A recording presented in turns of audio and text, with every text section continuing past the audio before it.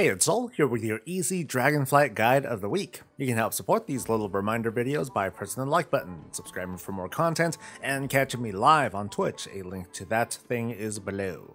Hotfixes keep firing off, causing subtle and not so subtle changes to our classes, and frankly it's hard to keep track. You can check the most recent class hotfixes in the description link too.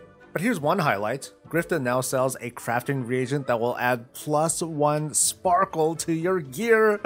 Equipping a full set of crafted gear with the sparkle embellishment will add a debuff on your Battle.net account called Ridicule. This goes away when the embellishments are replaced. The Feast of Winter Veil is upon us, albeit without the winter decorations in Dragon, which is a darn shame. There is a new Pepe hat that you can pick up by finding and clicking on a grandfather Pepe over in your capital city. I'm just taking a guess here from looking at Wowhead information, but the stolen present off the daily quest during this holiday might drop an item level 359 dagger that is BOE. Other than that though, it's the chill holiday it's always been, including a special gift on the 25th. Season 1 is well underway with, at least as of this writing, top guilds virtually tied in the mythic race. Now I know that I baited a bunch of commenters just now thinking, oh no good sir, here is why it is not a tie. You folks are just great. But the season is starting to really open up for everyone with the debut of Raid Finder difficulty. This week 3 bosses are available, Aranog, Primal Council, and Dathia Ascended.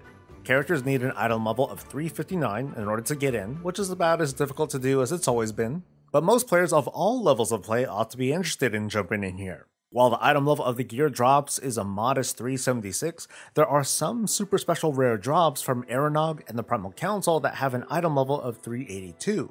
They've also got some pretty cool effects. Unless you're a Frost Mage, then you're in a bit of a crisis. Meanwhile, Dathia drops tier tokens for the glove slot.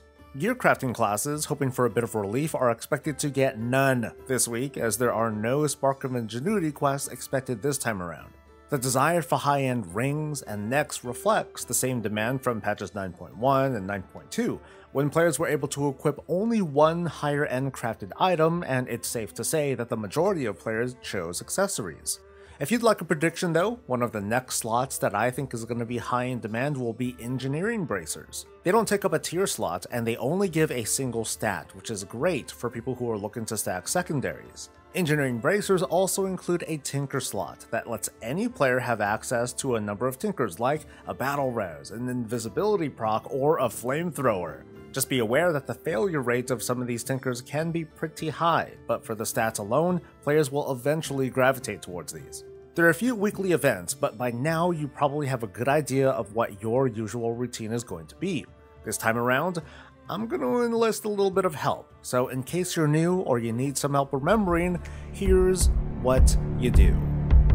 You start in town, get up all the weeklies, then you head down, check the notice but there aren't any, then you do a circle around the aisles, helping dragons for a while, do a hunt, cook, soup and some bounties, viewing for some dungeons, stopping invasions, helping the dragon nations, but in the end you're just a gamer, you're just trying to get the big reputation, ooh, you and me were farming big reputations, that's the thing we're really trying to do.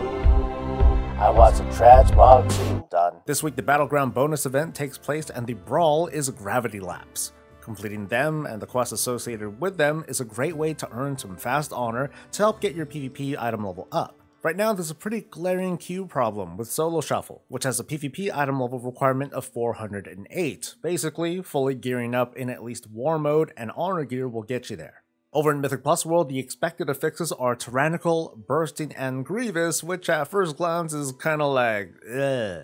Now last week we had Fortified Raging, which felt, special. Bursting and Grievous means that healers aren't getting a break this week, but tanks are, woohoo! Inexperience though is going to be the biggest factor in play here, with folks getting used to incoming damage and healers getting used to that.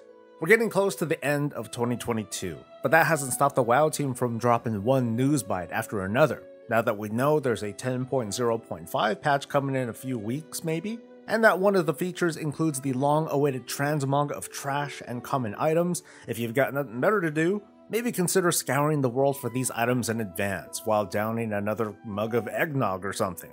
Whatever the case, stay tuned for more news as it develops by subscribing to this channel and liking the video too. That always helps. Have a great week, and I'll see you next time. Until then, stay safe, stay healthy, and stay breezy.